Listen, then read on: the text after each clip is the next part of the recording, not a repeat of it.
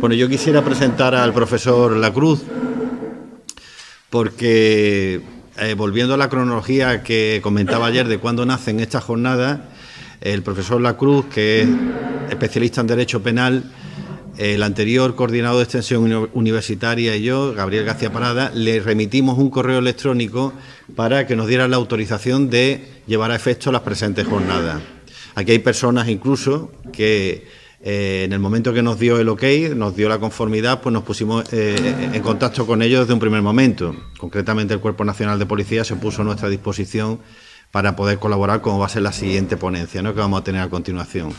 Yo tengo que destacar del profesor Lacruz, que es uno de los padres del grado en Criminología. Esto fue una idea que además surgió, me acuerdo que estábamos hablando por entonces en una cena en el Hacho, no donde hemos visitado hoy, sino en el restaurante Al Andaluz, y comentaban que iba a tener de entrada en el nuevo plan de estudios de la UNED el grado en Criminología. De hecho, se imparte, como sabéis, y bueno, gran parte de vosotros sois alumnos o formáis parte de manera indirecta a través de estas jornadas, ¿no? Con lo cual no me voy a extender mucho más, lo vamos a escuchar, su ponencia, que además tiene de un grado, un alto contenido de Derecho Penal, que es la espina dorsal de esta disciplina académica, que como ya digo es muy transversal, y bueno, sin más pues le doy paso para su intervención. Muy bien, bueno, pues gracias a todos por estar aquí, gracias a Alejandro por la presentación. Y bueno, gracias al Centro de la UNED en Ceuta por esta iniciativa que yo creo que ahora voy a sacar mi faceta un poco más de vicerrector, que yo creo que es lo que precisamente define a la UNED, ¿no? La posibilidad de llevar la experiencia universitaria a cualquier lugar. Entonces, pues bueno, la universidad no solamente son las tutorías, no solamente son las clases que damos como tutores, sino que también son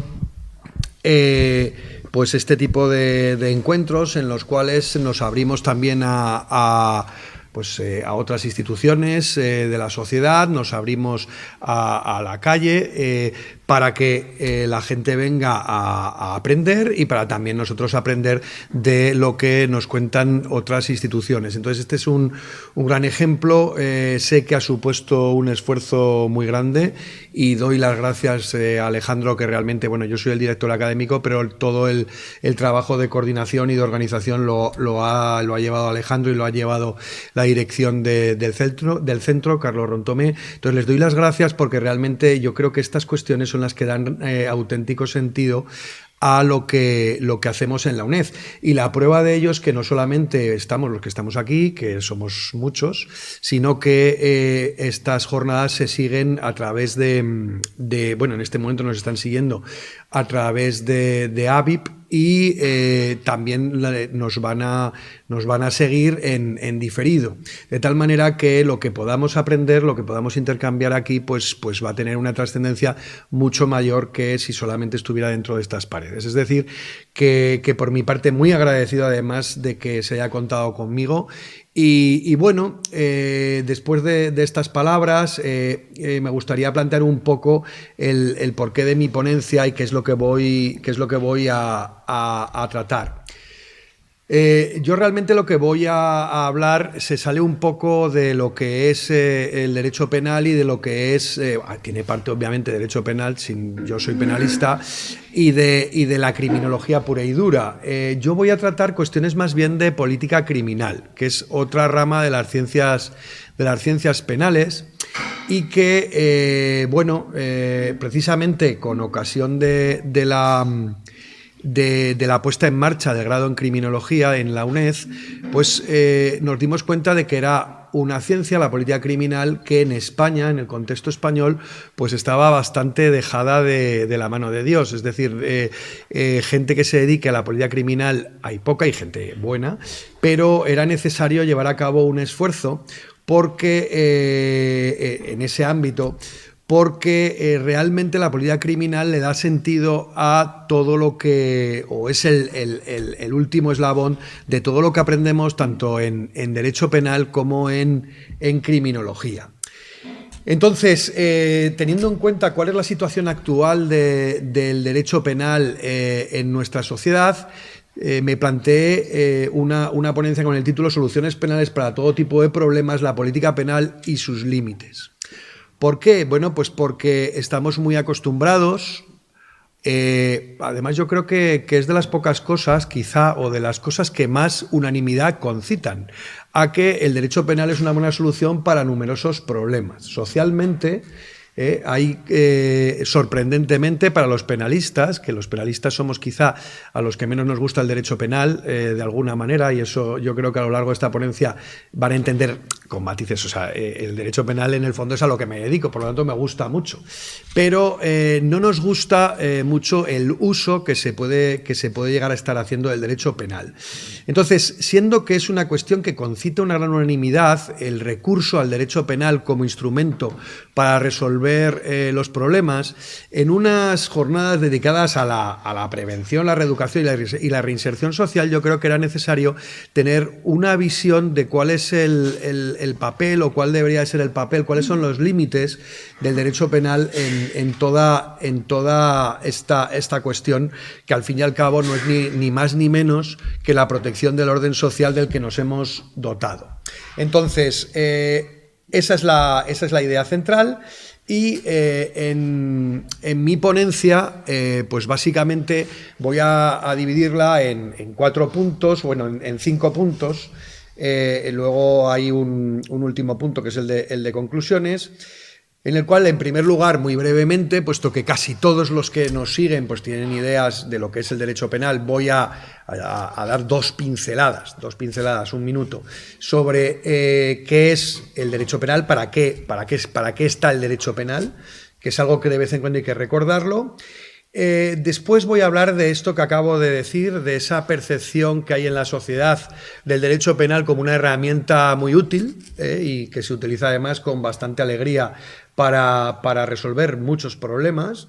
Luego voy a hablar de lo que se denomina el securitarismo, que es el modelo de intervención penal que en este momento se está abriendo paso, que es el vigente en este momento. Esta es una cuestión que se trata en política criminal, ¿de acuerdo? Y después intentaré plantear cuál es la visión que desde la academia, desde la universidad, desde la política criminal, como esa parte de las ciencias penales se plantea como la más correcta, y luego voy a intentar poner algunos ejemplos de qué es lo que se está haciendo y quizá cómo se debería de hacer, ¿vale? Y he destacado ahí en ese cuarto punto la idea del derecho penal como ultima ratio, que es algo que todos lo tenemos muy claro, que se estudia siempre en todas las asignaturas que tienen un contenido penal, ese último recurso, y ver que realmente eso pues es lo que hay que hacer, es llevar el derecho penal a que sea ese último recurso, que no es lo que se está haciendo. Entonces, sin más dilación, voy a dar comienzo a la ponencia. En primer lugar, pues dar unas pinceladas de lo que supone el sistema penal como un instrumento de control social. Todos tenemos muy claro que el derecho penal es una rama muy importante del ordenamiento jurídico, nadie cuestiona eso, tanto los estudiantes de criminología como los de derecho lo tienen clarísimo, que pueden luego tener una orientación hacia un lugar o hacia otro, pero el derecho penal se ve como una de las ramas, digamos, básicas del derecho, eso está claro. Bien, pero hay que recordar qué es el derecho penal y para qué sirve. El derecho penal realmente no es más que un subsistema de control social. Es decir, la sociedad se dota de instrumentos, y lo digo en plural, de instrumentos para proteger el orden social. Y uno de esos instrumentos es el derecho penal. Eso, desde una perspectiva técnica, digamos que se explicita diciendo que el derecho penal protege los bienes jurídicos. ¿Qué son los bienes jurídicos? Pues siguiendo una definición canónica, pues una serie de bienes, situaciones, relaciones que por su importancia para la sociedad merecen una determinada protección, en este caso la máxima, la protección del derecho penal. Entonces, el derecho penal se convierte en ese último elemento, en principio, de protección del orden social, y eso lo hace con una serie de elementos que son la ley penal, en la que se incluye una norma y una sanción. La norma puede ser una prohibición, puede ser un mandato, todo esto todos ustedes lo conocen, pues la prohibición de llevar a cabo acciones que pues, acaben con la vida de otro ser humano, o el mandato de actuar en socorro de quien se halla en peligro manifiesto y grave.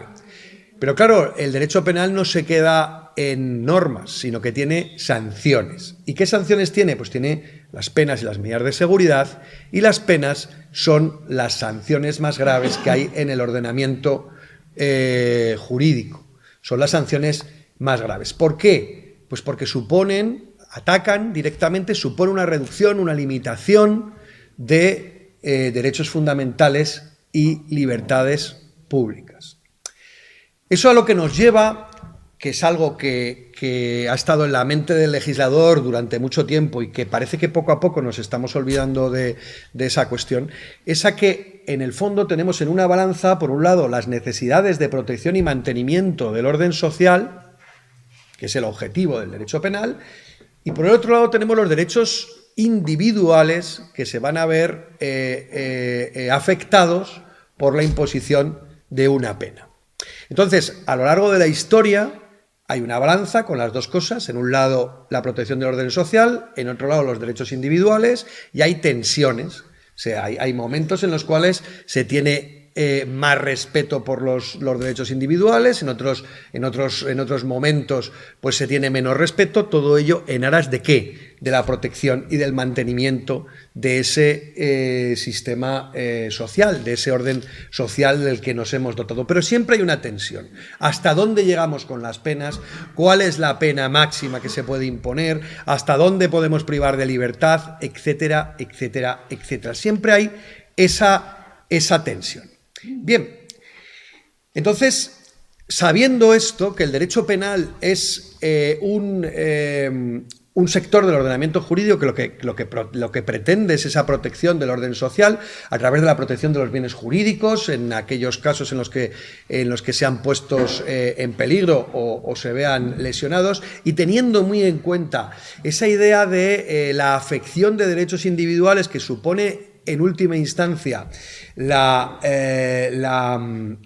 utilización del recurso a la pena, lo que en primer lugar me gustaría plantear es esa pregunta de si necesitamos más derecho penal, como al parecer es la percepción sociopolítica. Es decir, si nosotros, y además es generalizado, es decir, no es una cuestión, como he dicho antes, es quizá de las cosas que más unanimidad concitan, tanto en posturas político-sociales más de la izquierda como más de la derecha, el recurso al derecho penal. Y para ello voy a en primer lugar plantear cuál es la visión que desde la política se hace del recurso al derecho penal, con unas pinceladas, pero que todo el mundo seguro que tiene en mente supuestos más o menos cercanos o ejemplos en los cuales los políticos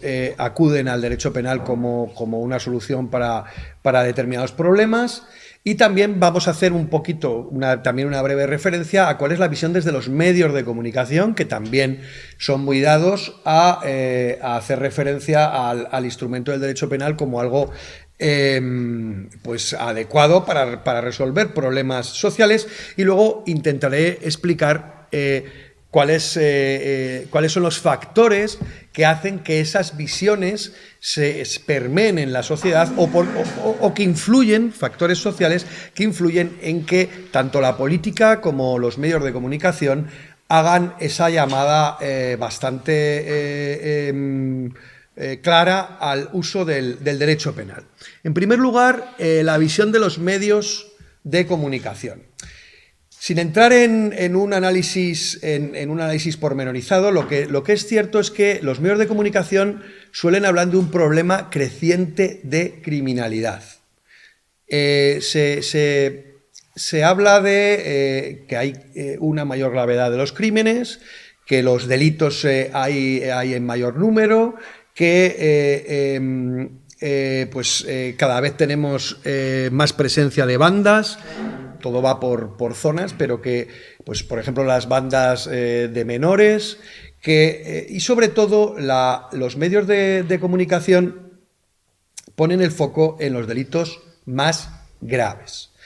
Eso que, bueno, pues podemos estar más o menos de acuerdo en que, bueno, pues lo que están haciendo es informarnos. Lo cierto es que si uno acude a las estadísticas, a las cifras no acompañan esa visión, digamos, de que estamos en un momento en el que aumenta muy considerablemente los delitos, sino que lo que ocurre es que se produce una simplificación. Una simplificación, ¿por qué? Pues porque está claro que a un medio de comunicación, desde el punto de vista del rédito económico, pues el punto sensacionalista le interesa. Es decir, pues obviamente vamos a fijar más nuestra atención en un medio cuando nos cuenta un caso, digamos, llamativo, que cuando no es así. Y esta idea va permeando en la sociedad, pero también es la sociedad, como vamos a ver ahora, la que lleva a los medios a este tipo de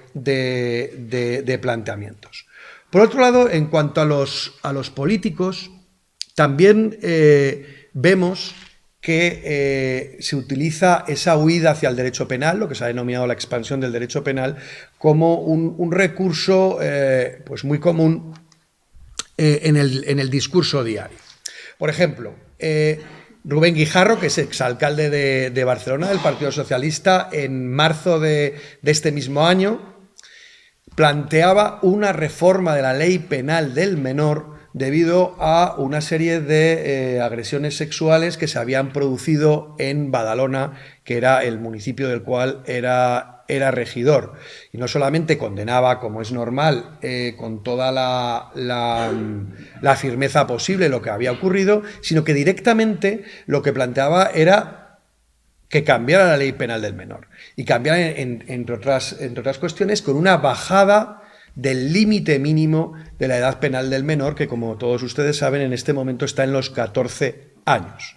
Se habían producido una serie de hechos e inmediatamente se acudía, entendemos que como solución a ese problema, a una bajada de la edad penal, de minoría de edad penal. Por otro lado, en relación con la ley del solo sí es sí, un editorial del ABC de febrero también del 2003 señalaba que existía, directamente debido a la aplicación de la ley del solo sí es sí, un riesgo de reincidencia en delitos de violencia sexual. O sea, no ya toda la polémica que vimos que existía en cuanto a las excarcelaciones, sino que directamente la aplicación de la ley del sí es sí suponía que había un peligro de aumento de la reincidencia de las personas que estaban cumpliendo sus condenas y que habían cumplido sus condenas y podían salir en libertad. Y luego he plasmado aquí dos titulares de ayer y de hoy. Uno del País y otro, lo que pasa es que no se ve bien porque se ha modificado al estar en otro ordenador el formato, pero bueno, no plantea ningún problema. Es que si se pone en grande, desde casa no se ve. O sea, es un equilibrio. De todas formas, todo lo que sale en la presentación, más o menos. Yo estoy así, vamos. O sea, tenemos que mantener ese equilibrio entre los que estamos aquí y los que estéis en casa. Si alguien no lo ve, iba a decir que se acerque, pero no. Están las primeras líneas, totalmente llenas. Bien. Ayer y hoy aparecían dos titulares, uno del País y otro del diario.es, que decían lo siguiente: Bruselas propone endurecer las penas del tráfico de inmigrantes para reducir las llegadas irregulares. Es decir, para reducir las llegadas irregulares, que además es un problema en el cual pues, esta ciudad pues, lo tiene muy presente, es un problema muy de a diario. Lo que plantean es endurecer las penas. Pero es que es más. Entre otras cuestiones, la Comisión Europea plantea tipificar como delito la instigación pública a entrar en la UE sin autorización. Esto incluye el tráfico de inmigrantes anunciado a través de herramientas virtuales y redes sociales.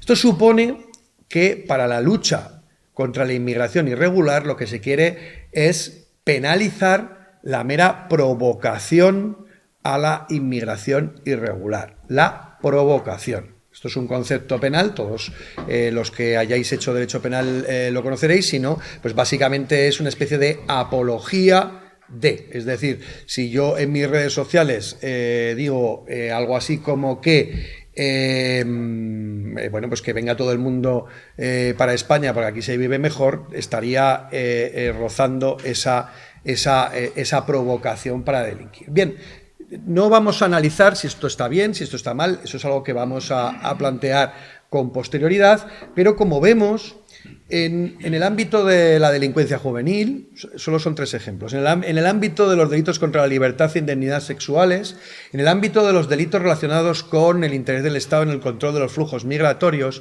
¿qué es lo que se pide desde la política? Para la lucha contra estos fenómenos, aumento de penas, mayor amplitud de la penalidad. Y eso teniendo en cuenta que los índices de criminalidad, ya lo hablamos en general, de nuestro país son mucho más bajos que los de otros países y son de los más bajos de la Unión Europea, que es uno de los lugares con una menor criminalidad del mundo. Y fijaos que en unas jornadas que hablan sobre prevención, lo que se está pidiendo es más penas. O sea, lo que se está, digamos que la línea política y mediática actual no se centra en la prevención, no nos equivoquemos, sino que se centra en el punitivismo. Pero claro, puede ser que sea prevención en el sentido de prevención general negativa, es decir, que a través de la intimidación consigamos una mejor protección del orden social y de los bienes jurídicos. Esa es la idea que podría estar detrás de esto. Esto digamos que es un poco lo que digamos de alguna manera nos llega desde los medios y desde la política. Pero claro, esto es algo que no es que los medios y la política sean ellos los que digamos que inoculizan estas ideas en la sociedad, sino que estamos en un momento en el que sí que existe una auténtica demanda social del recurso al derecho penal. ¿Por qué es esto así? ¿Por qué es esto así? Bueno, pues Zygmunt Bauman, que es un politólogo de origen polaco, habla de lo que se llama la sociedad de la modernidad líquida. Frente a, vamos a ver, todos sabemos que hemos tenido unos cambios sociales enormes en las últimas décadas. Cualquiera que piense en las últimas décadas del siglo pasado, incluso a principios de nuestro siglo, a lo que actualmente vivimos, pues ha cambiado mucho el paradigma social. Entonces, esa modernidad líquida se llama líquida porque digamos que todo cambia muy rápido, que no hay esa estabilidad que teníamos antes. Entonces, por un lado, la sociedad demanda inmediatez. Es un poco la idea del consumo, el consumo rápido en el ámbito sociopolítico. Un poco el fast food, el yo quiero, o sea, no espero una semana para ver el próximo capítulo de la serie que quiero ver, sino que las quiero todas en ese momento y lo quiero vivir todo de una manera inmediata. Por otro lado, eso también lleva a que como somos unos grandes consumidores de ideas y de informaciones, que hayan triunfado lo que se llaman las políticas de la posverdad. La posverdad se puso muy de moda en el año 2017, en el 2018. ¿Y qué es la posverdad? La posverdad es una mentira, pero que nos llega, digamos, a nuestras entrañas. Es esa mentira que queremos escuchar. Y claro, eso en el ámbito de las políticas es muy interesante. El receptor está ávido de soluciones simples para problemas complejos. Si yo planteo que la solución a un determinado problema, pues por ejemplo, a los delitos contra la libertad e indemnidades sexuales es el aumento de las penas, pues ya digo, bueno, pues y se aumentan las penas, pues el ciudadano dice, vale, bien, esto es al menos es una solución inmediata y se queda tranquilo. Entonces, eso hace que los operadores políticos, es decir, que los operadores políticos y la sociedad se retroalimentan, utilicen esas políticas de posverdad porque saben que van a tener un mayor rédito político. Por no entrar en la política nacional, que bastante caldeada está, pues pensemos, por ejemplo, en Donald Trump y el muro de México. Esto se puede hablar porque ya han pasado unos cuantos años. Una de las ideas fundamentales por las que llegó a la presidencia, una de las ideas más machaconas, era que iba a acabar con la inmigración irregular construyendo un muro que además iban a pagar los ciudadanos mexicanos. Bueno, ni acaba con la inmigración irregular, ni el muro está construido en toda su extensión, ni lo van a pagar los ciudadanos mexicanos. Y sin embargo, eso le aupó. Y claro, en el ámbito del derecho penal es muy fácil, cuesta muy poco lanzar promesas para acabar de una manera simple, entre comillas, acabar con los problemas. Del mismo modo, y entroncando con lo que hemos dicho, en primer lugar, los operadores periodísticos también utilizan este tipo de ideas simples. Uno puede elegir perfectamente lo que quiere oír por la mañana, poner la radio que van a decir justo lo que quiere oír. Y además hay auténticos especialistas para cada uno de nosotros. O sea, luego pues uno a veces oye distintas cosas pues para ver qué está opinando el vecino, pero en el fondo los operadores periodísticos también son muy dados a esas ideas de la posverdad. Por otra parte, hay una idea que yo creo que es muy importante tener en cuenta, y es que, claro, he hablado de radio, pero cada vez más nos mantenemos con medios de comunicación totalmente novedosos. Eso hace que en la actualidad nosotros tengamos la experiencia del delito como si nos hubiera ocurrido a nosotros mismos. Es decir, nosotros recibimos en nuestro móvil que se ha cometido un delito en el mismo momento en el que se comete. Seguimos la persecución del delito. Seguimos los procesos penales que se establecen con respecto a determinados delitos. Seguimos incluso muchas veces el cumplimiento de la pena y hasta la salida. Es decir, vivimos muchas veces el delito. Antes ocurrían delitos y tenías una información y había gente muy bien informada, pero no lo vivías. En la actualidad se están cada vez viviendo más los delitos y tal es el filón que incluso hay documentales, que además son muy interesantes, con casos reales en los cuales pues lo que se está proyectando no es ya una serie, no, son imágenes de los juicios, de las pruebas periciales, de todo la vida del delito que se acaba por ser parte de nuestra propia vida. Por otro lado, esto ha llevado a que el delincuente, y luego explicaré un poquito por qué esto es así, o por qué esto debería de sorprendernos. El delincuente ya no se ve como un ciudadano que ha cometido un delito, y esto hasta hace no tanto era así, sino que se ve como un enemigo de la sociedad, alguien extraño a la sociedad. Entonces, claro, si yo veo al delincuente no como alguien que ha cometido un delito, un ciudadano que ha cometido un delito, sino como alguien extraño, un enemigo. Se habla del derecho penal del enemigo, eso seguro que lo han oído. Ya en esa balanza que hemos dicho que hay al principio entre la protección del orden social y los derechos individuales, obviamente, claro, si son los derechos individuales de un ciudadano que ha cometido un delito, pues la balanza, digamos que puede estar más o menos equilibrada. Si es un enemigo de la sociedad, obvio, sus derechos individuales como que nos quedan muy lejanos, ¿vale? No nos interesan. Y por otro lado, se ha producido un aumento del sentimiento de inseguridad ciudadana. Y hay que subrayarlo de sentimiento, Nuestra sociedad no es más insegura que la sociedad de los años 80, por ejemplo. Y el que estuviera en esa época sabe que era más insegura la sociedad, posiblemente, en los años 80 que en la actualidad. Sin embargo, hay un sentimiento de inseguridad ciudadana que lo que lleva es a un recelo de la contención en la aplicación del derecho penal, frente a, como voy a ver, el modelo que había justamente, como voy a intentar explicar, el modelo que había justamente antes.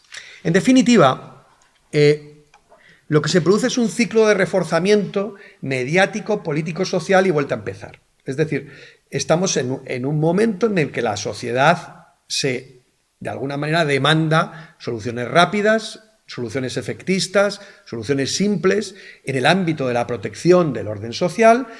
Los medios y los políticos entran en esa rueda y estamos en una especie como de rueda que nos lleva a algo que se ha dado y que es así, que es el proceso de expansión del derecho penal. Bien, y esto se ha traducido en lo que se llama el modelo de intervención penal securitario, el securitarismo, como respuesta a la delincuencia. Y de esta manera, por ejemplo, si nosotros comparamos nuestro Código Penal actual con el Código Penal del 73, veremos que por lo general las penas son, bueno, obviamente en el Código Penal del 73 existía la pena de muerte, pero las penas de prisión son muchísimo más elevadas y los delitos penados son muchísimos más, ¿vale? De hecho, la pena máxima que se podía imponer en el Código Penal del 73 de prisión era de 30 años, que se convertían en los famosos 20 por la redención de penas por el trabajo en prisión, que se aplicaba a todos los presos.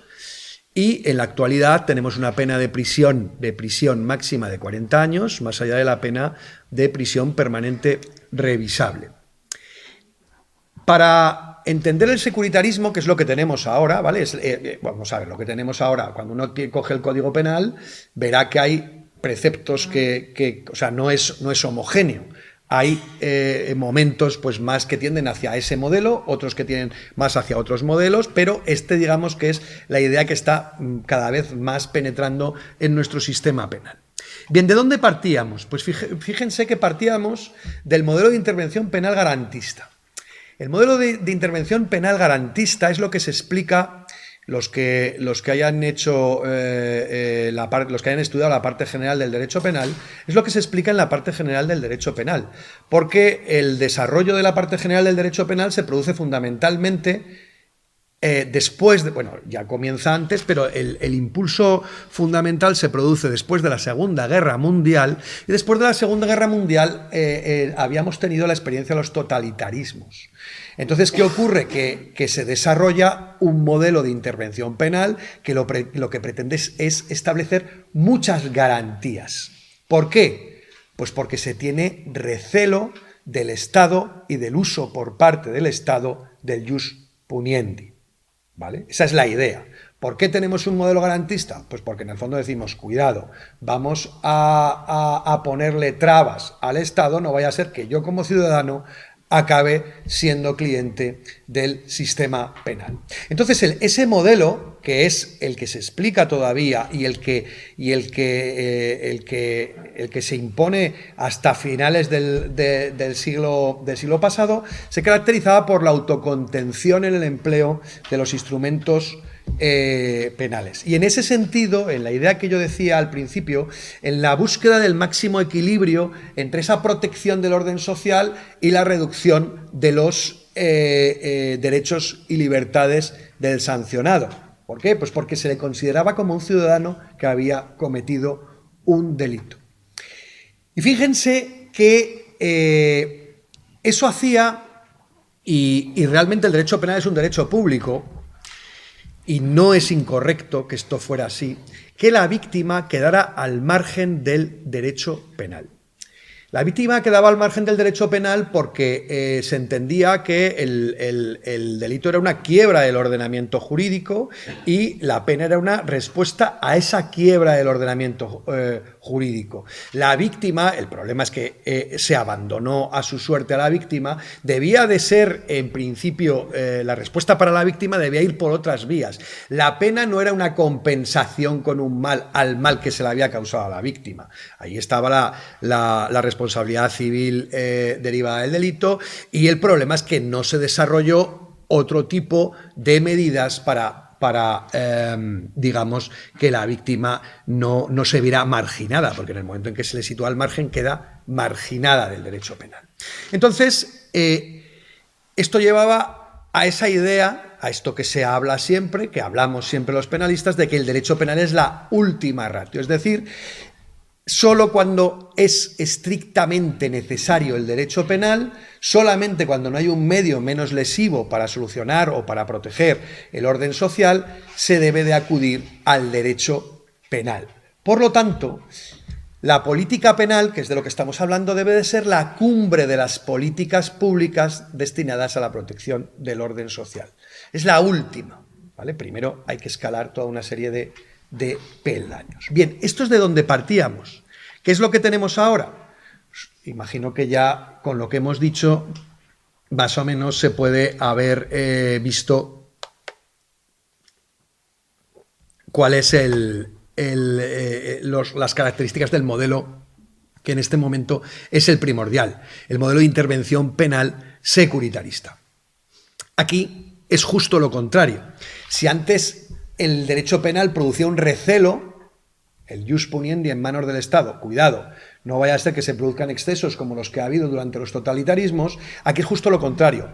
El recelo se produce a la contención en la aplicación del derecho penal, a la no aplicación del derecho penal. Eso hace que el derecho penal, que se veía como esa última ratio, que era la política que se encontraba en el último lugar, pase a ser la política pública estrella a la hora de la lucha contra el delito.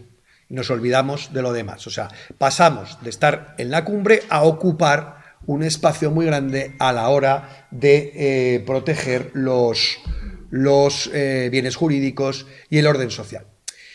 Eso, además, se traduce en otra idea que está muy entroncada con también la irrupción de los medios de comunicación y la transformación que hemos sufrido en los medios de comunicación en los últimos años, que es que la víctima pasa a estar en el centro del derecho penal. Se produce una privatización del derecho penal y todos podemos podemos recordar casos en los que pues familiares de víctimas han pasado a tener un protagonismo inusitado frente a situaciones anteriores. Incluso, pues yo recuerdo casos que se les llegó a nombrar asesores en materia de lucha contra el crimen a personas cuya única, desgraciadamente, cuya única vinculación con el delito era básicamente que habían sido víctimas de terribles crímenes. Eso es una de las características, y hay otra característica que es paradójica, que es que en el ámbito de las ciencias penales, cuando más desarrolladas están, es cuando menos caso se les hace a la hora de legislar o a la hora de tomar medidas de carácter penal. Por otra parte, también dentro de estas ideas relacionadas con el modelo que tenemos, que es el que nos hemos dotado, se traduce en lo que se denomina el derecho penal del enemigo. Ya el ciudadano no es el que ha delinquido, sino que es un enemigo. Y eso nos lleva a lo que se denomina el populismo punitivo.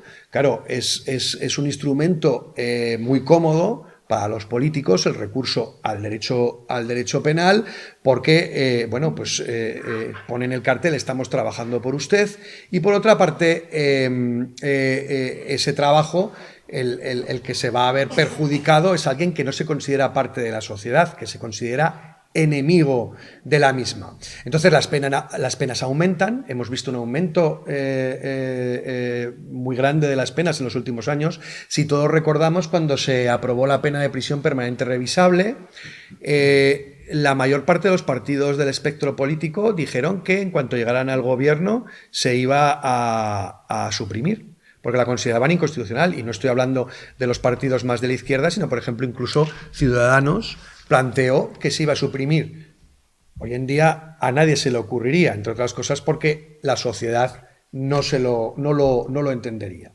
Bien, luego también se introducen más medidas de seguridad postdelictuales, centradas en la prevención especial negativa, y las penas también en prevención especial y general negativas. Y el problema es que se produce un efecto espejismo, que es lo que voy a intentar explicar ahora. Es decir, se da la sensación de que a más derecho penal es mayor la protección de los bienes jurídicos. Y sorprendentemente, normalmente es justo al revés. Y vamos a explicar por qué esto es así.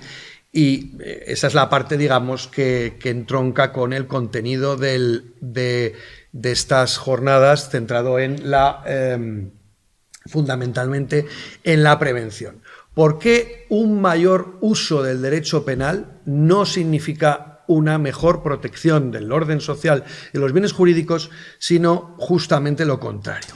Entonces, lo que voy a plantear es un modelo alternativo de intervención penal, ni el garantista, que tenía sus defectos, ni el securitarista, sino un modelo alternativo que nos permita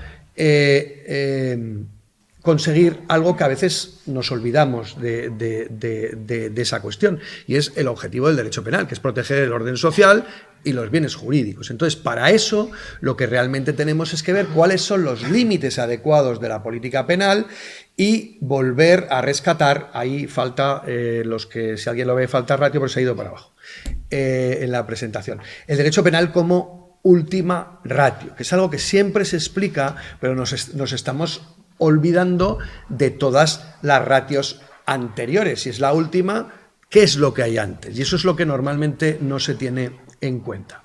Entonces, la idea que yo voy a plantear es ir a un modelo global del tratamiento de la delincuencia, que sería un modelo de intervención penal multisectorial. Esto es algo tan sencillo como recuperar o hacer mucha insistencia en la idea de que la política criminal es solo una de las políticas públicas de protección del orden social. Y hay que situarla en su justo lugar, porque el derecho penal realmente tiene muchísimos límites. En primer lugar, hay límites de carácter práctico. El derecho penal no soluciona los problemas. Por ejemplo, se habla muy frecuentemente entre los fines de las penas de la prevención general positiva, es decir, que el derecho penal tendría una virtualidad, una capacidad de servir para que los ciudadanos asumieran valores positivos. El derecho penal no soluciona ese tipo de problemas. Si no se establecen políticas públicas de otro tipo, eso no va a ocurrir. Por otra parte, el derecho penal tiene que volver a esa cúspide de las políticas públicas. ¿Por qué? Pues precisamente porque al ser el elemento más radical que tenemos, el más lesivo que tenemos para proteger el orden social, lo que tenemos es que trabajar en otras políticas públicas, de tal manera que sean esas otras políticas públicas las que sirvan para afianzar esa protección del orden social.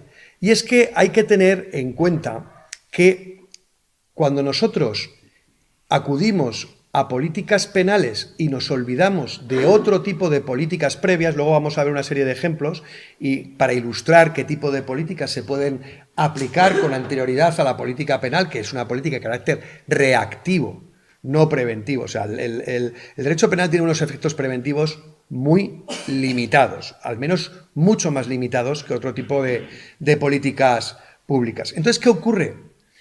Que fíjense, antes hablaba de espejismo.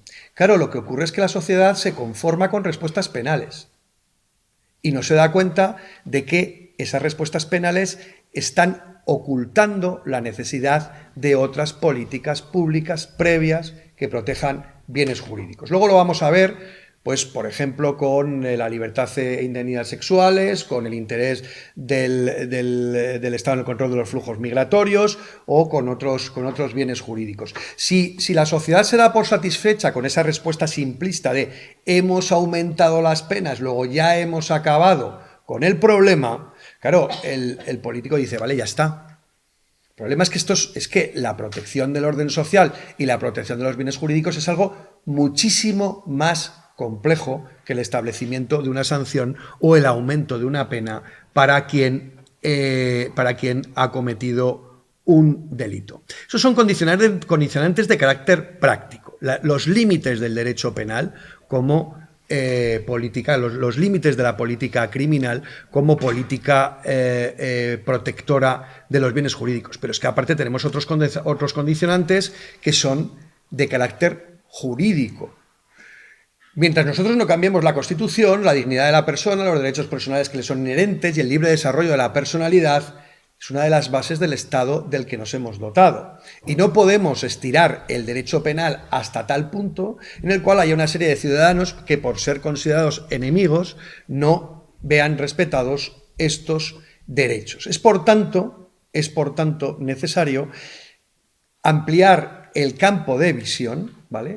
Y no centrarnos exclusivamente en la política penal como elemento central de la protección del orden social, sino que tiene que ser como combinación de distintas políticas públicas. En definitiva, hay que dotar de contenido a esa expresión que siempre hemos visto de que el derecho penal es la última ratio.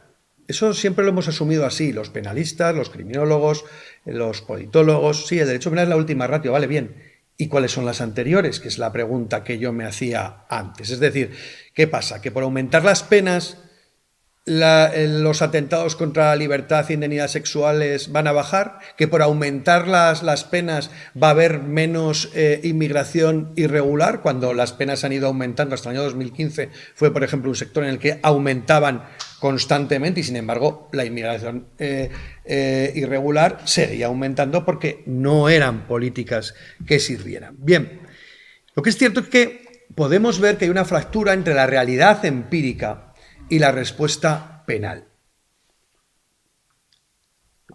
Respuesta penal actual. Entonces, claro, bueno, lo que yo he planteado aquí, pues sobre el papel, pues queda más o menos bien, espero. Es decir, con el derecho penal, desde el punto de vista de la prevención, tenemos muy poco hecho. Pero si tenemos muy poco hecho desde el punto de vista de la prevención, eso quiere decir que tenemos muy poco hecho desde el punto de vista del objetivo del derecho penal, que es la protección del orden social. Es decir, el derecho penal es una política que tiene carácter reactivo. Tiene carácter fundamentalmente reactivo. Hombre, si no existiera, obviamente, cuidado, no vaya a ser que haya aquí algún alumno de nuestras asignaturas y diga que la pena no tiene efecto preventivo. Claro que tiene efecto preventivo. Pero en la suma, el derecho penal tiene fundamentalmente un carácter reactivo. Vamos a ver, por ejemplo, las propuestas que hablan en cuanto al tratamiento de la delincuencia juvenil. Voy a poner ahora unos ejemplos. No, tampoco voy a extenderme mucho más, simplemente para que veamos cómo determinadas medidas no tienen mucho sentido desde la perspectiva del derecho penal, es decir, aumentar el campo del derecho mental como se pretende. Por ejemplo, en el tratamiento de la delincuencia juvenil, que como ya hemos visto, últimamente hay algunas voces que hablan de la necesidad de bajar la edad penal del menor de los 14 años. Bien, ahí aparece una serie en la diapositiva que he puesto, hay unas características de la delincuencia juvenil. Es ubicua, es episódica y tiene escasa gravedad. ¿vale? Ubicua en cuanto a que realmente hombre, obviamente hay determinados nichos en los que se concentra la delincuencia juvenil, pero es una delincuencia que sorprendentemente se da en sujetos de distintos sectores, de distintos orígenes, de distintas capas sociales. Por otro lado, es episódica. Por lo general se dan episodios, pero no se mantiene a lo largo de la vida. Y como nota general también, obviamente todos tenemos en mente casos que se salen de estos paradigmas, tiene escasa gravedad. ¿De dónde viene esto? Pues porque los menores tienen unas características de desarrollo de la personalidad que son distintas a los del adulto. Hay una mayor inestabilidad cognitiva y emocional, una mayor impulsividad y una menor capacidad de juicio, menor resistencia a la presión de los iguales, alto efecto imitativo y menor percepción del riesgo. Entonces, el hecho de aumentar las sanciones penales a los menores no nos va a garantizar en absoluto el que nosotros vayamos a disminuir la delincuencia juvenil. ¿Cómo debería de ser una pirámide de políticas públicas dirigida a trabajar con la delincuencia juvenil? Pues, en primer lugar, habría que trabajar en políticas de carácter educativo, en políticas de igualdad, políticas de comunicación, eso serían todo ello políticas de carácter preventivo, ¿vale? Políticas de carácter preventivo. Y luego ya las políticas reactivas deberían de ser políticas de aseguramiento social y, por último, la política penal. Si nosotros no trabajamos en las políticas educativas, en las políticas de igualdad, pensemos en los delitos contra la libertad sexual cometidos por menores que últimamente está habiendo un aumento. Bien, yo puedo aumentar las sanciones. ¿Eso va a acabar con el problema? Realmente no. La raíz del problema se acaba con políticas educativas, con políticas de igualdad, con políticas de comunicación. Mientras no trabajemos en eso, podremos estar más tranquilos, pero será simplemente un parche. Y dentro de las políticas penales, yo desde luego soy partidario totalmente decidido de que los menores de 0 a 14 años sigan considerándose inimputables. ¿Por qué? Pues por las condiciones biopsíquicas del menor. Y se ha de establecer una presunción iuris et de iure, como existe hasta el momento. ¿Por qué? Por una cuestión de seguridad jurídica, ¿vale?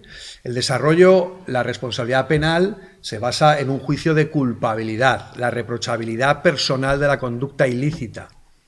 Esa reprochabilidad personal se la puedes hacer a alguien que tiene unas determinadas condiciones biopsíquicas, un determinado desarrollo de la personalidad. Es obvio que hay menores de 12 años que posiblemente tengan más que algunos de 15. Pero si nosotros establecemos el criterio del discernimiento para ver quién entra y quién sale, se produce una terrible inseguridad jurídica, en la cual se van a ver afectados menores que no han llegado a ese desarrollo. Por lo tanto, de una manera clara, el derecho penal debe de ser relegado al último escalón y debe de ser utilizado con mucha contención.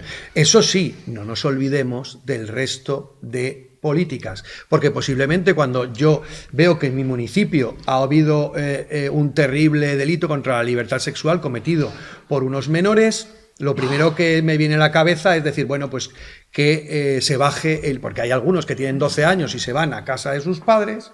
Lo primero que digo yo es, vale, que se baje la edad de minoría de edad, de límite para entrar en el sistema penal a los 12 años. ¿Con esto soluciona el problema?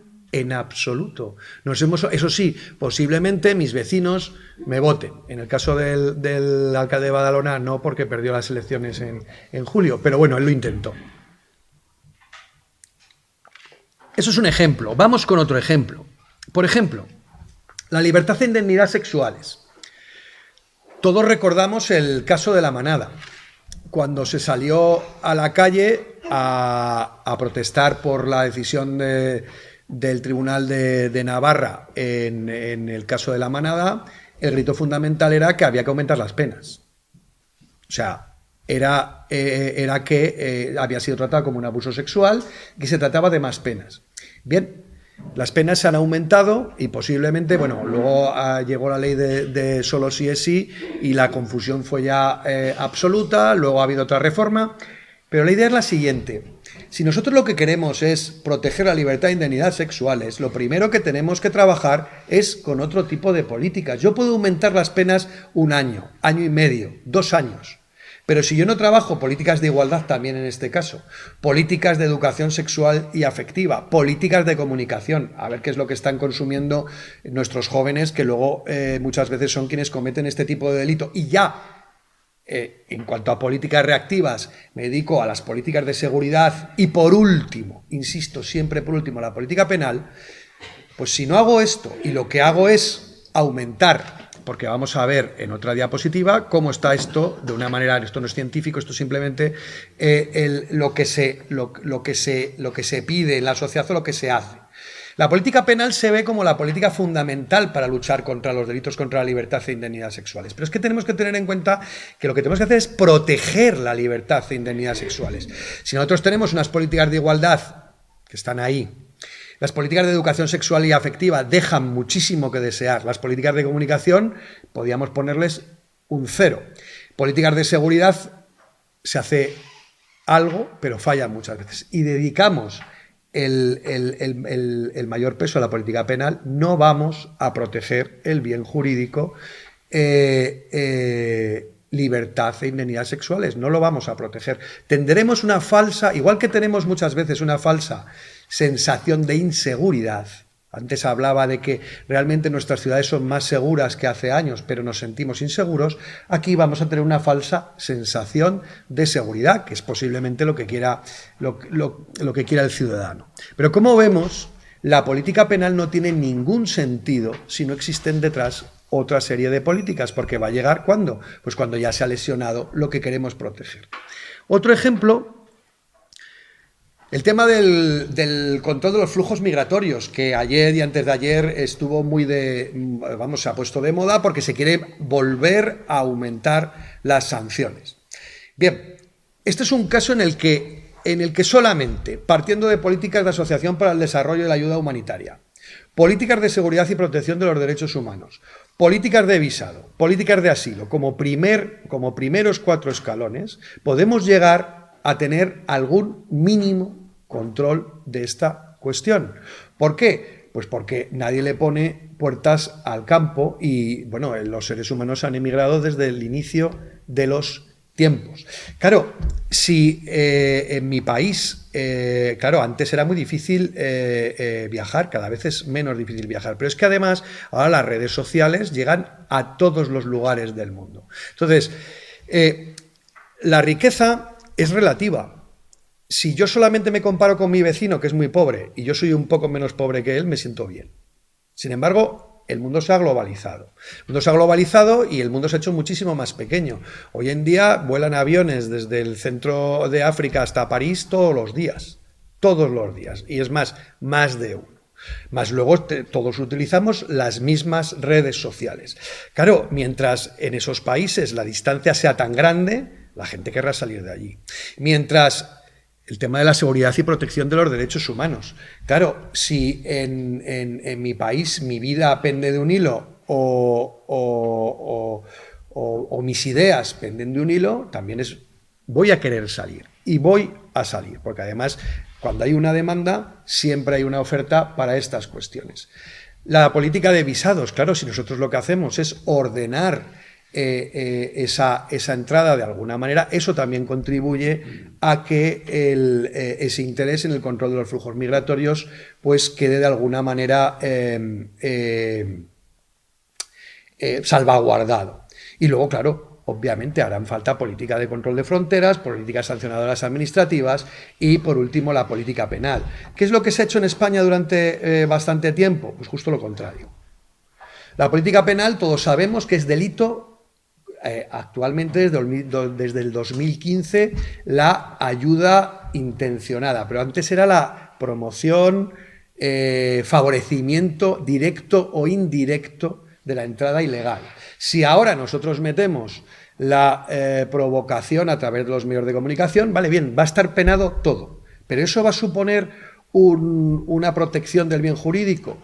Les garantizo que no. Y la prueba es que en España tuvimos del 2000 al 2015 una regulación penal durísima, con penas mínimas de 4 años, el tipo básico tiene una pena de 4 a 8 años, se cambió en el 2015, y si uno ve la línea de entrada de ciudadanos de modo irregular en España, aumenta constantemente hasta el año 2005-2006, que ahí, a raíz de los sucesos que se produjeron en la frontera, se introdujeron nuevas políticas europeas de externalización de fronteras y demás.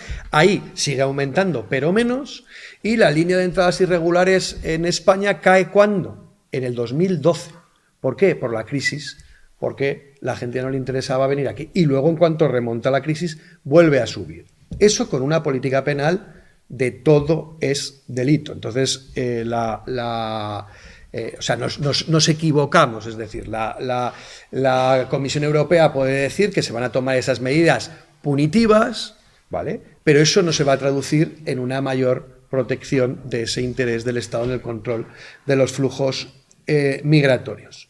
Por último, para que no todo sea casos en los que hay un exceso de derecho penal, o al menos un espejismo de que el derecho penal soluciona problemas que no están solucionados, no hacen más segura nuestro orden social, vamos a poner un caso que es justo lo contrario, que es el caso de la función tributaria como fundamento de los principios en que se basa la convivencia social. ¿Qué es esto? Bueno, pues estos son los delitos fiscales. Los delitos fiscales, ¿qué protegen? Los delitos fiscales protegen la función tributaria. ¿La función tributaria qué es? Pues es la base del sostenimiento de nuestro Estado, la base del sostenimiento de la sanidad, de los transportes, de la educación. Es decir, es un bien jurídico de una importancia fundamental. Entonces, ese bien jurídico, para que estuviera bien protegido en una pirámide de políticas públicas en la que la cúspide fuera, el derecho penal fuera esa última ratio, ¿cuáles serían las cuestiones que tendríamos que hacer con prioridad? En primer lugar, construir un sistema fiscal redistributivo adecuado. Eso es fundamental. Si uno no tiene un sistema fiscal que funcione, pues obviamente el ciudadano pues no tiene ningún interés en pagar. Por otro lado, la conformación de una conciencia fiscal. Recordemos, hace ya muchos años, en España se decía que el deporte nacional era defraudar a Hacienda, hace muchos años. Poco a poco se fue creando una conciencia fiscal. Además de eso, para que la gente cumpla con sus obligaciones fiscales y que contemos con esos fondos necesarios para el sostenimiento del Estado del que nos hemos dotado, es necesario que haya una confianza en el sistema de ingresos y gastos públicos. No sé cuál sería la situación de quienes asisten a esta conferencia en el año 2012-2013, cuando se dio un giro en torno a la consideración de la corrupción en el Estado español. Hasta esos años, digamos que, bueno, pues no se le daba mucha importancia a la corrupción. En el momento en el que se hundió el sistema, pues había como una gran rabia generalizada en torno a qué han estado haciendo con mis impuestos. ¿Qué ocurre? Que es fundamental para proteger la función tributaria que haya una confianza en que quien la gestiona, la gestiona con adecuación, es decir, que no se está lucrando, que no hay corrupción. Esa es la idea. Y luego, una vez que tenemos esa base, esas políticas que son de carácter preventivo, es necesario que haya una política sancionada administrativa, que la tenemos, y por último, una política penal. Veamos cómo está esto en el sistema penal actual. Bueno, en cuanto a la construcción de un sistema fiscal redistributivo adecuado, todo dependerá un poco de si ustedes son funcionarios o empleados, que entonces posiblemente piensen que no es muy adecuado, o si son propietarios de alguna sociedad o de alguna empresa de gran tamaño. Entonces posiblemente consideren que la cosa no está tan mal. Pero bueno, a esa base de la pirámide le podemos, en el caso del Estado español, la podemos dejar a medias, ¿no? Ni es perfecto ni no. En cuanto a la conformación de la conciencia fiscal, sí que es verdad que en España, como digo, se hizo mucho en las últimas décadas por conformar una conciencia fiscal y porque la gente pague sus impuestos de una manera adecuada. En cuanto a la confianza en el sistema de ingresos y gastos, eso ya se vio muy perjudicada en la crisis del 2013, como digo, y yo creo que eso no se ha recuperado. La política sancionadora administrativa es, digamos, el gran elemento de protección de la función tributaria en este momento. Y la política penal, fíjense que la he puesto ahí pequeñita y la podría poner todavía más pequeña. O sea, podríamos casi prescindir de ella. ¿Por qué? Pues el que conozca el delito fiscal sabrá, bueno, todo el mundo, además, como esto también sale en las noticias, pues sabrá que hace poco una famosa cantante no ha entrado en prisión después de haber defraudado muchísimo dinero. Todo el mundo recordará el caso del rey emérito, que tampoco llegó a ser ni siquiera tratado por los tribunales de lo penal, o el caso de Monedero, o el caso Messi, o el caso Ronaldo. Vamos a ver, ¿qué hay detrás de todo esto? Bueno, la política penal en este ámbito, ¿qué es lo que plantea? Bueno, pues para el que no conozca el delito fiscal, en primer lugar, no se comete un delito fiscal si no se defrauda más de 120.000 euros en una sola vez por un único impuesto. Es decir, si uno no deja de pagar voluntariamente 120.000 euros y un céntimo, no ha cometido un delito fiscal. Es decir, si defrauda 120.000 en un impuesto, otros 120.000 en otro, otros 120.000 en otro, no ha cometido delito ninguno. Por lo tanto, ahí ya vemos que el umbral está bastante alto. Es muy difícil cometer un delito fiscal. Bien, pero es que el Código Penal, en su artículo 305, establece, y esta es la cláusula Monedero o Juan Carlos, según la queramos llamar, establece que si antes de que se te haya comunicado oficialmente el procedimiento ingresas el dinero, no hay delito. O sea, esto es un caso único en el Código Penal. Es decir, bueno, yo recuerdo el caso del rey Juan Carlos fue parecido, pero el de Monedero todo el mundo sabía que le iba a llegar la carta y que si le abría el cartero, la había liado. Pues no abrió el cartero, se fue, pagó sus impuestos y ya no había, y la sanción administrativa, cuidado, pero ya no había delito ninguno. Esto es algo único en el Código Penal, puesto que supone que tienes 4 años para poder regularizar esa situación y que no se considere delito lo que has cometido. Pero cuidado, ahora que hay tanta polémica por el tema de la amnistía, que es otro tema distinto, pero para que veamos que hay casos sorprendentes regulados con carácter, o sea, que están ahí. No solamente se considera que no se ha cometido el delito fiscal, sino también los delitos de falsedades y contables que se hayan cometido para llevar a cabo ese delito. Esa es la primera cláusula. Bien, que firmamos el papel y nos ha llegado y nadie nos ha avisado de que llegaba el cartero. Bien, pues el Código Penal aún tiene otra cláusula, esta puede ser, por ejemplo, la cláusula Messi, que dice que si en los 2 meses siguientes a que se te abre el procedimiento regularizas la situación, la pena se baja hasta la tercera parte, o sea, hasta la inferior en 3 grados. ¿Eso qué quiere decir? Pues que claro, las penas de prisión que se pueden llegar a imponer son de 3 meses y eso no se cumple. Por lo tanto, ya tenemos otro aliciente para, digamos, desproteger ese bien jurídico.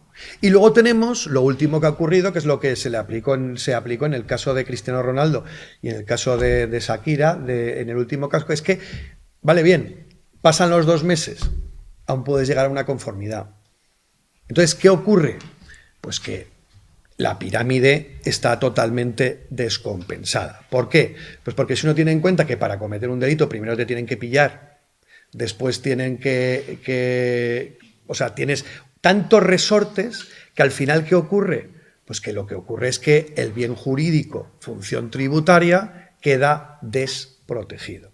¿Vale? Entonces, lo que quiero decir con todo esto es que tanto en unos delitos como en otros, esa visión miópica de ver solamente el derecho penal como solución para la protección de los bienes jurídicos supone quedarnos en la mera reacción y en una sensación falsa de mayor seguridad, puesto que muchas veces lo que provoca esa extensión enorme del derecho penal es que el bien jurídico quede desprotegido, por ejemplo, en el ámbito del interés del Estado en el control de los flujos migratorios o en el ámbito de los delitos contra la libertad e indemnidades sexuales.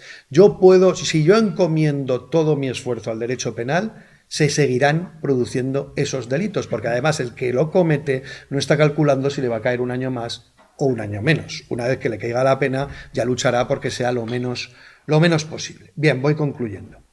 En cuanto a las conclusiones, muy brevemente, pues simplemente decir que la política penal es limitada. Hay que situarla en un lugar muy justo como parte de un complejo de políticas públicas de protección del orden social y que es fundamental que se tengan en cuenta las de carácter preventivo. Si no se lleva a cabo un análisis de todo el espectro de políticas públicas que son necesarias para proteger el orden social y cada uno de los bienes jurídicos, no se va a ser efectivo. A ello nos lleva en primer lugar, y eso deberíamos de recordarlo, porque cada vez parece que nos olvidamos más, el orden constitucional del que nos hemos dotado, ese principio de respeto a la dignidad de la persona.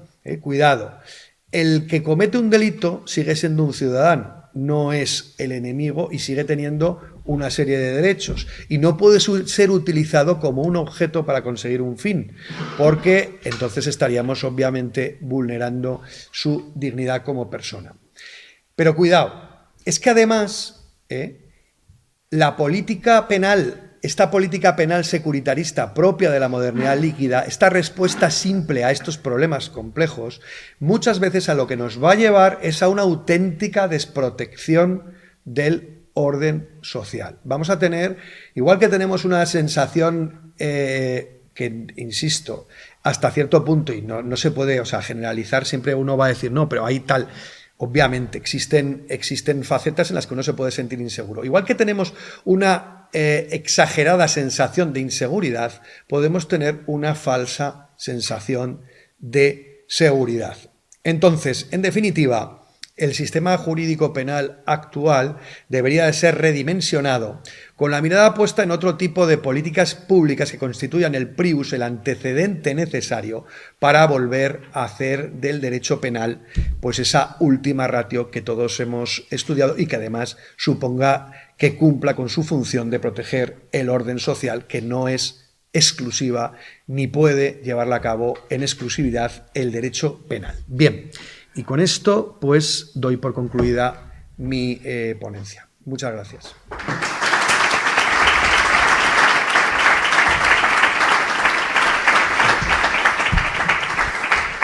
Bueno, ¿alguna pregunta? Yo creo que ha salido cuestiones polémicas de Messi, en fin, de Shakira y tal. Dime. Sí, yo quisiera saber si aquí en España hay investigación sobre política penal como tal. O sea, si hay grupos técnicos, académicos que se están dedicando a seguir los indicadores que permiten que la política sea más punitiva o reactiva. ¿Y dónde más o menos se puede conseguir material sobre eso? Sí, vamos a ver. Como he dicho, la política criminal dentro de las ciencias penales, digamos que es la hermana pobre, ¿vale? Fíjense que en España se ha trabajado muchísimo y a un nivel altísimo en dogmática penal, ¿vale? En todo lo relacionado pues, con la estructura del delito y demás. Se ha venido trabajando cada vez más, y ahí no es por echarnos flores a la UNED, tiene una importancia fundamental la UNED en el ámbito de la criminología. ¿Por qué? Pues porque fíjense que hace 6 años en España había 10.000 estudiantes de criminología, actualmente hay 17.000. De los cuales cerca de 7.000 no, 6.000 están en la UNED. Es decir, y eso supone que hay una masa crítica que se va finalmente a dedicar a eso y que va a hacer que se desarrolle tanto la práctica como la teoría de la criminología. La política criminal, hay un grupo, el grupo de política criminal, en el cual hay numerosos penalistas.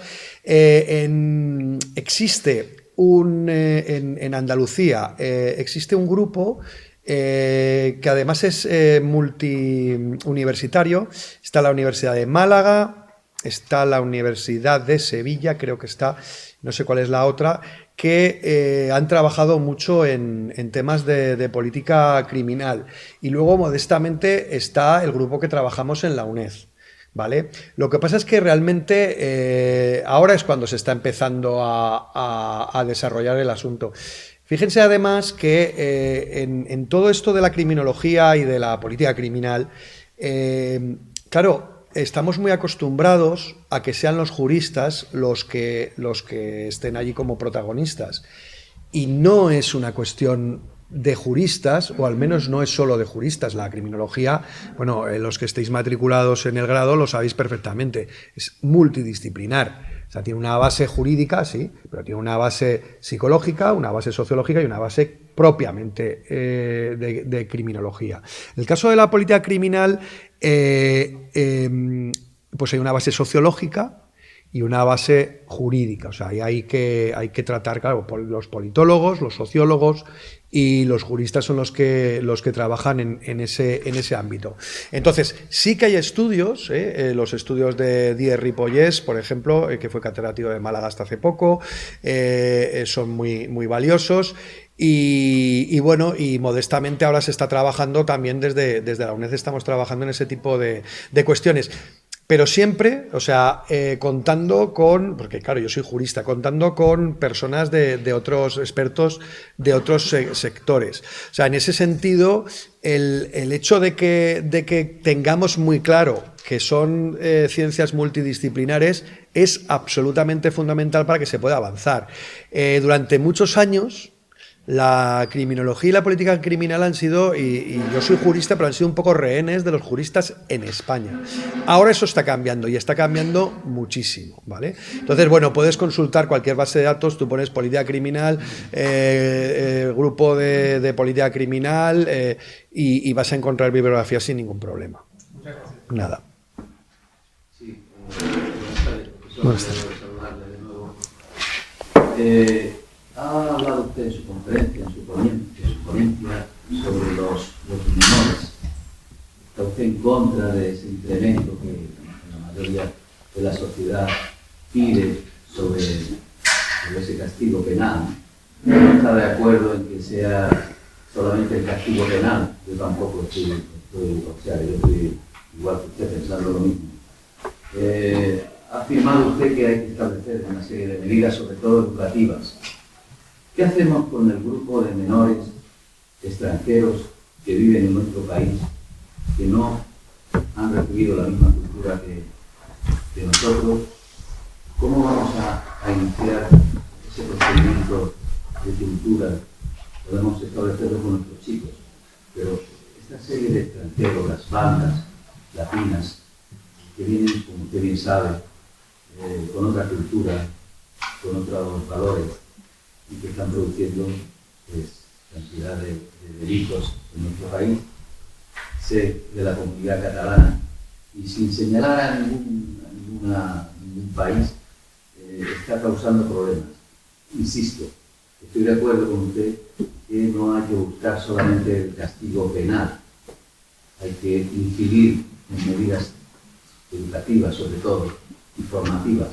Pero ¿qué hacemos con ese colectivo que cada día es mayor y que está en nuestro país y que proceden de otras culturas? ¿Qué hacemos? Esos chicos ya vienen con 14, 15, 16 años y por regla general, me consta, vienen en la calle.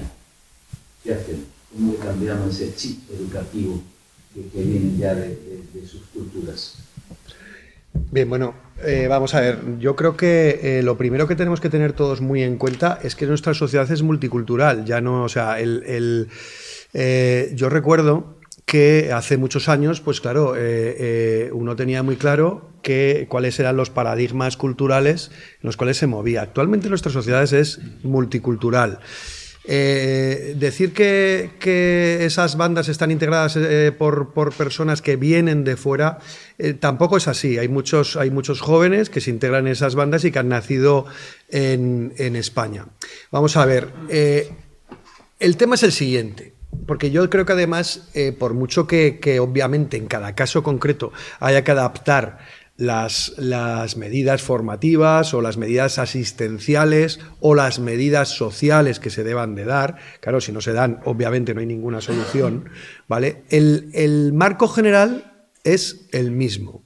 Es decir, vamos a ver, un menor tiene un determinado desarrollo de su personalidad. Entonces tú lo que no puedes hacer es ni exigirle, ni exigirle más, ni considerarlo menos de lo que es. ¿Qué hay que hacer? Obviamente el tema de las sanciones pues es igual para todos los menores y las sanciones tienen el ámbito que tienen. Si un menor comete una conducta que está considerada, un menor de 14 o 18 años, delictiva en el Código Penal, ¿qué va a pasar? Pues que va a ser enjuiciado por la ley orgánica de la responsabilidad penal del menor y va a tener las mismas medidas en cada caso. Y existen menores muy conflictivos de muy distintas nacionalidades.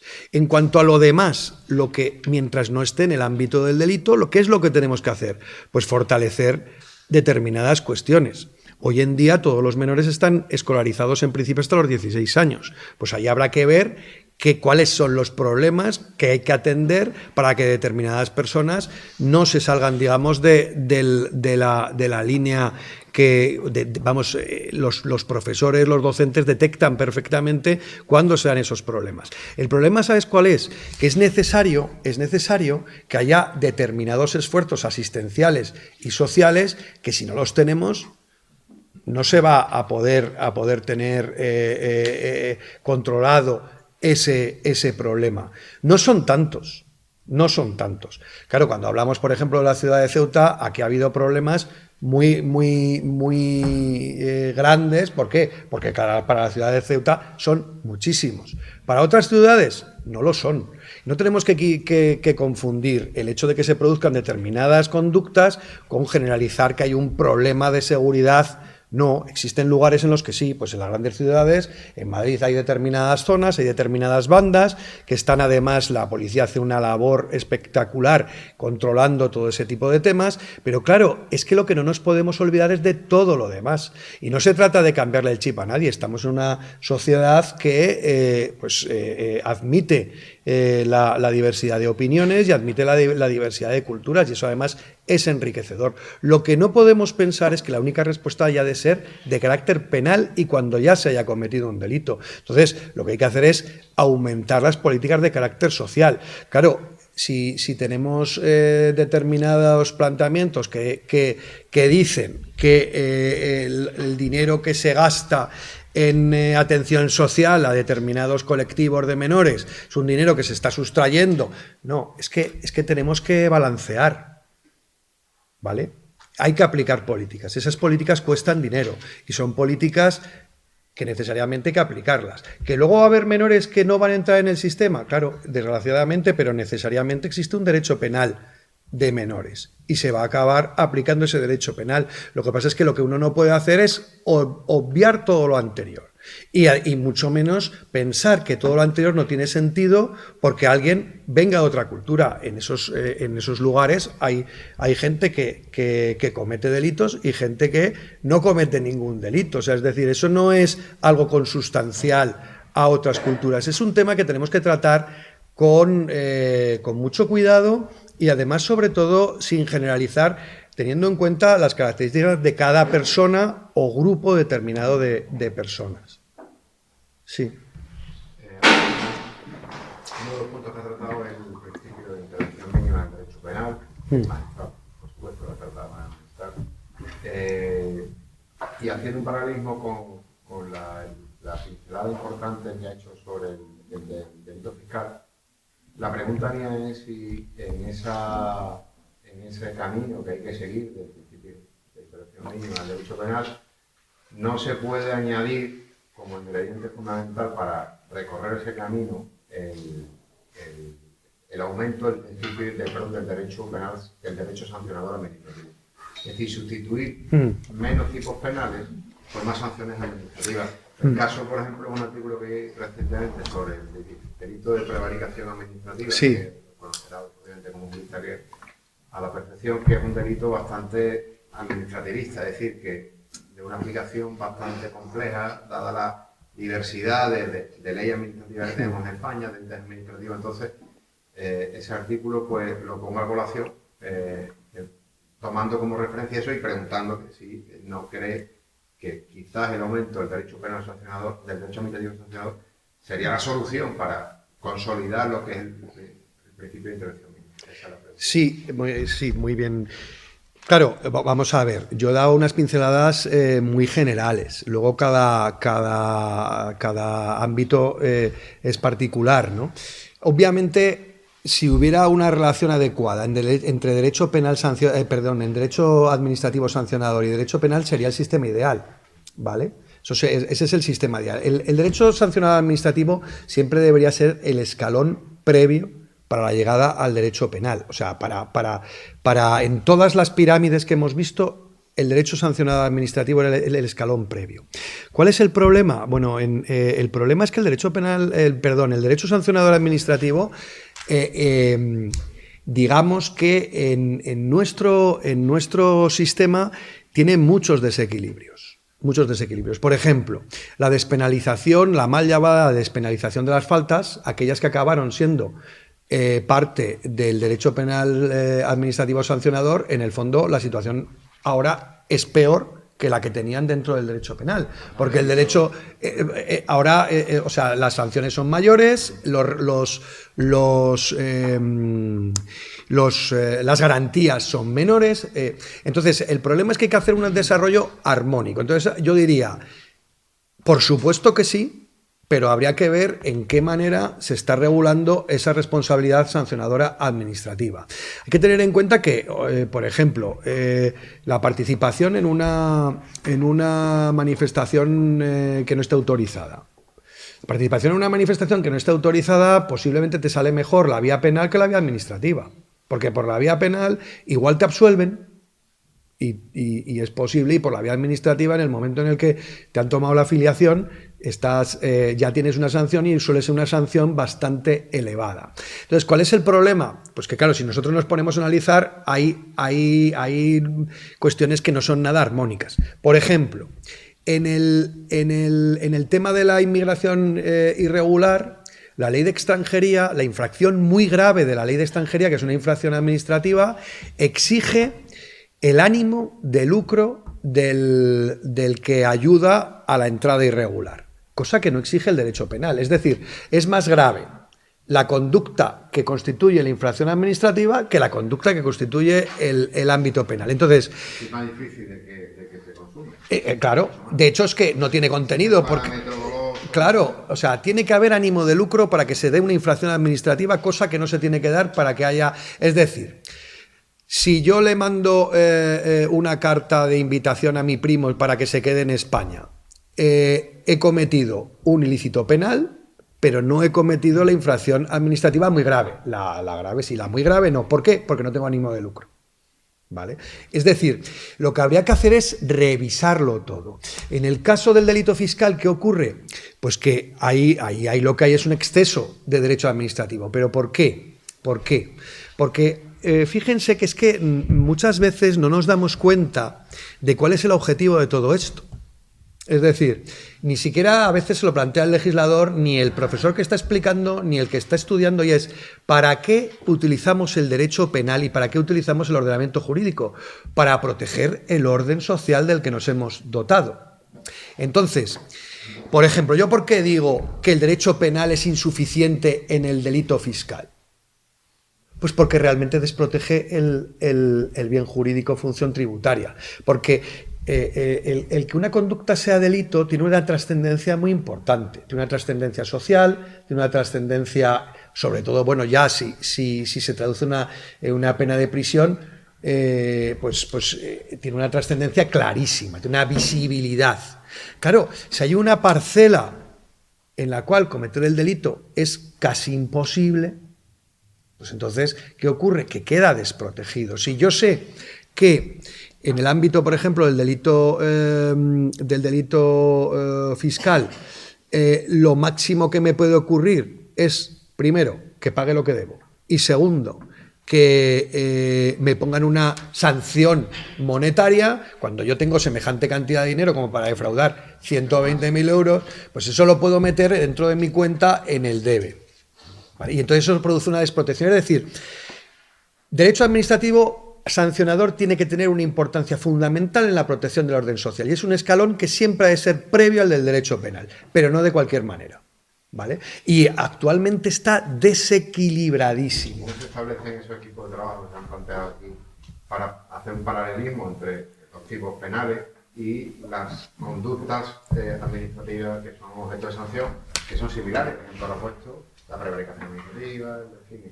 Desgraciadamente, eso... Si hiciera ese paralelismo, quizás incluso con una ley se podría, es una idea que bueno, se me ocurre en este debate, con una ley se podría incluso introducir, pues para no llegar al Código Penal constantemente con todas las conductas y con... Vamos a ver, el problema es todo lo que hay detrás de una reforma penal y todo lo que hay detrás de todo lo que hemos explicado. Es decir, en el fondo, yo siempre a mis alumnos de segundo de Derecho les digo que la quinta clase les digo, si ahora nos sentáramos nosotros a hacer un código penal, posiblemente lo haríamos mejor que el que tenemos. En la quinta clase. ¿Por qué? Pues porque lo haríamos de una manera desapasionada, sin presiones, viendo pues los bienes jurídicos, meteríamos la pata seguro en unas cuantas cosas, pero no tendríamos algo tan desequilibrado. Imaginémonos ahora lo que supone legislar y tener que tener en cuenta no solo el ámbito de lo penal, sino lo que está regulado en el ámbito administrativo. Y de hecho, vamos a ver, la infracción muy grave de la LOEX, pues lleva lustros, exigiendo el ánimo de lucro. Y en el derecho penal, el ánimo de lucro ya supone tráfico de personas, que es un tipo agravado. ¿En todos estos lustros ha habido modificaciones de la LOEX? Sí. ¿Ha habido modificaciones del Código Penal? Muchísimas. No se hace. No se hace porque hay un problema, insisto, de que la técnica legislativa no es correcta y además muchas veces a la hora de legislar no se está, insisto, es que no se está pensando a veces qué es lo que se quiere proteger. Realmente. Si se pensara en lo que se quiere proteger, se tomarían medidas muchas veces mucho más racionales y más equilibradas. Porque, totalmente de acuerdo, si hubiera una buena relación entre derecho sancionador administrativo y derecho penal, eso sería magnífico. Porque son dos formas distintas de reaccionar frente a un ilícito. Perdón, Sí. Es que están por el foro, están formulando preguntas también. ¿Y cómo lo vemos? Minimizando, A ver, me imagino. A ver, aquí. Y ahí están escribiendo en el foro. Y alguna que otra le han formulado. A ver. Bueno, de momento es buenas tardes. Vale. Buenas tardes. Uy, es que hay mucho... A ver. Buenas Así tardes. compensamos un poco Sí. el efecto de ayer. A ver.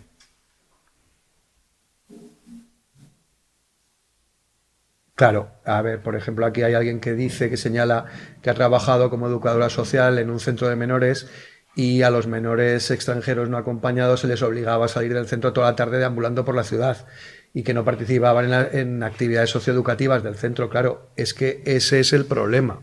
Eso como respuesta al comentario que se hacía antes. Claro, si es que no podemos, o sea, estigmatizando a un determinado grupo de menores, cuidado que además son menores, es decir, están en proceso de desarrollo todavía, no sé, lo que pasa es que claro, las cosas no son tan sencillas. Habré llegado al final y no he visto ninguna pregunta. A ver. Bueno, ahí también hay comentarios, son más que nada comentarios. También hablan también del tema de la educación sexual, que solo tienen referencia en lo que ellos ven. Claro, el tema de la libertad sexual es fundamental, todo lo relacionado con las políticas de educación sexual y afectiva. Y eso, desde luego, es un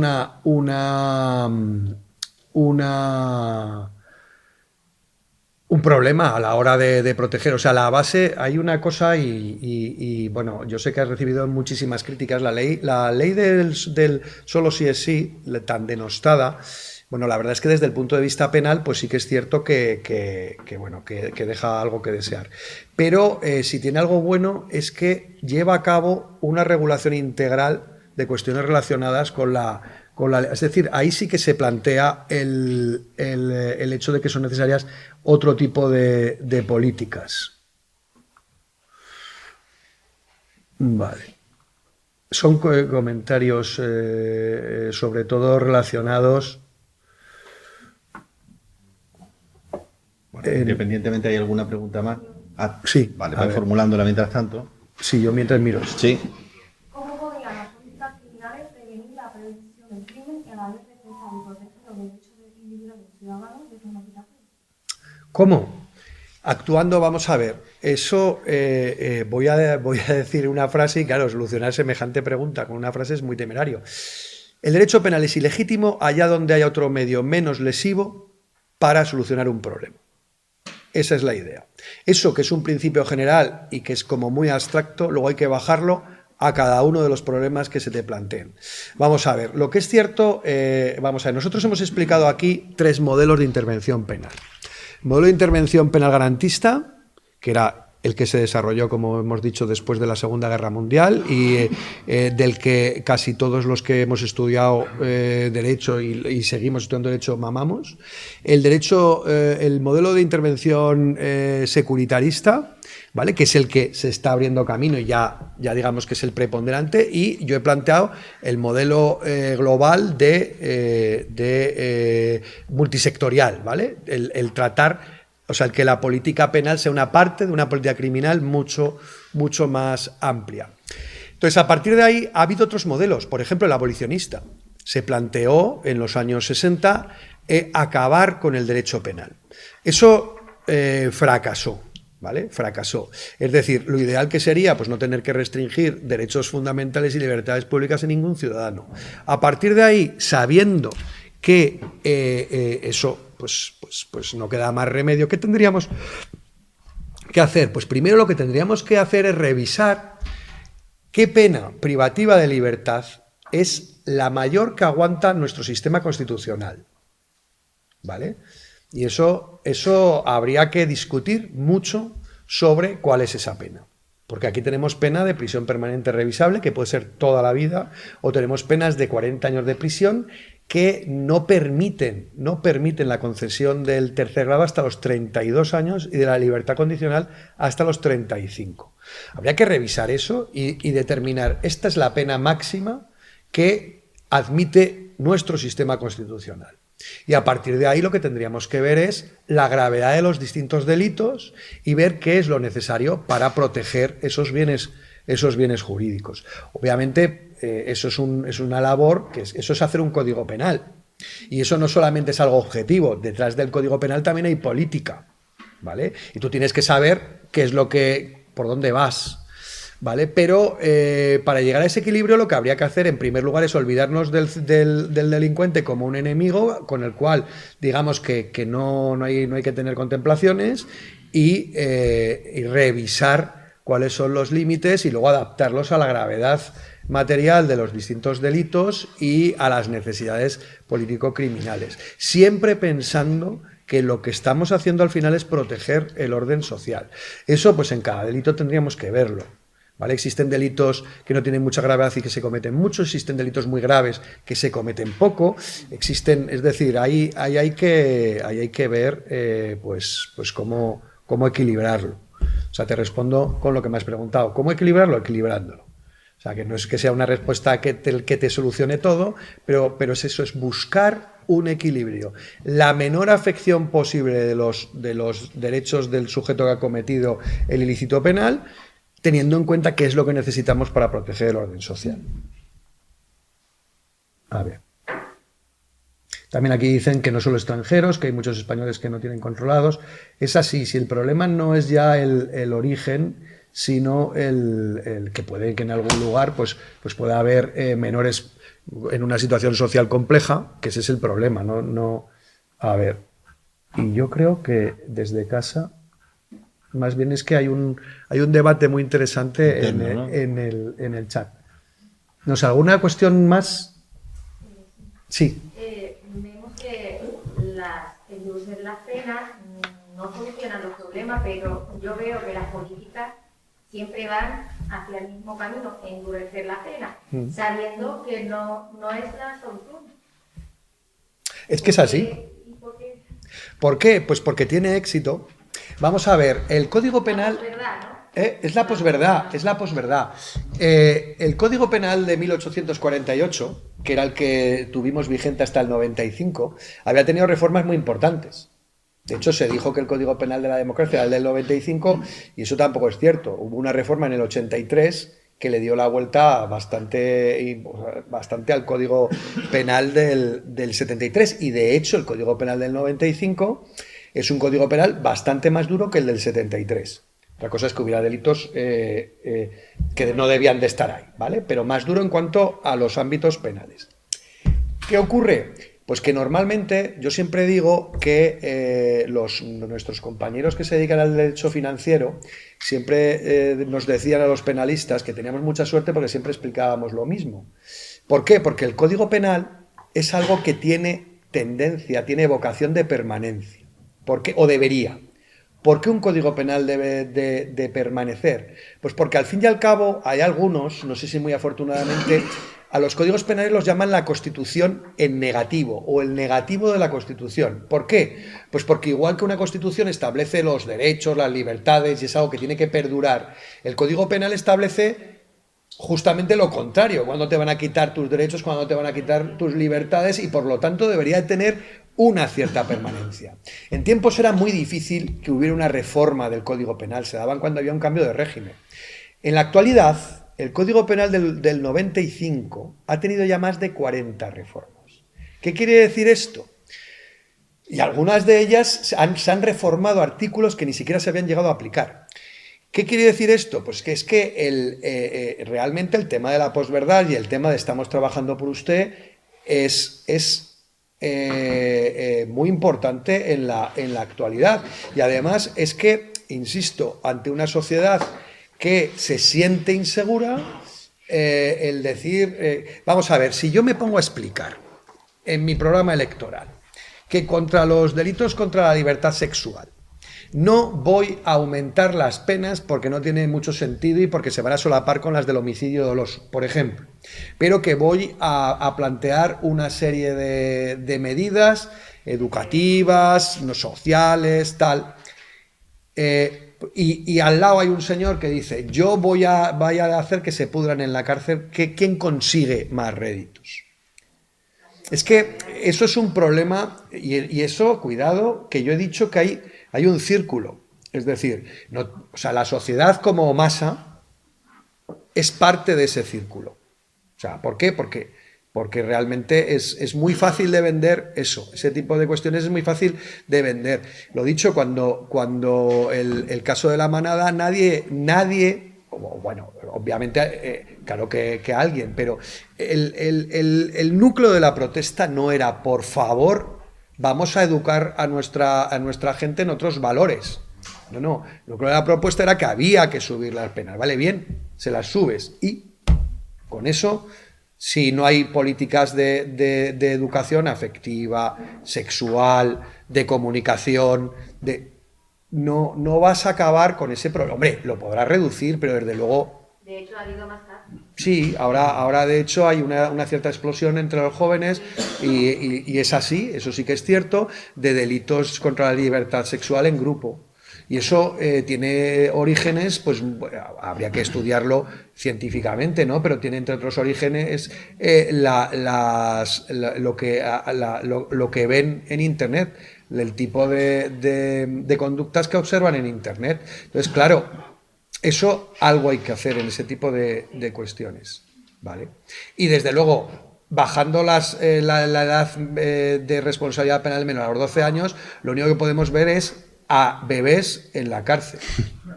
Claro, es que es así. Vamos, en la cárcel, en un centro para menores. Estoy hablando... Es que eso no tiene ningún sentido y sobre todo no se habrá dado ningún paso adelante. O sea, ¿qué consigues con eso? Nada. Entonces ahí sí que habría un tratamiento desequilibrado, se están restringiendo libertades. A veces la pregunta negativa es más fácil de responder que la positiva. ¿Qué es lo que hay que hacer para que sea equilibrado? No, ¿esto es equilibrado o no? No lo es. ¿Vale? ¿Sí? ¿Alguna cuestión más? Bueno, pues muchísimas gracias por vuestra atención y nada, en un rato tenemos otra otra sesión. Muchas gracias.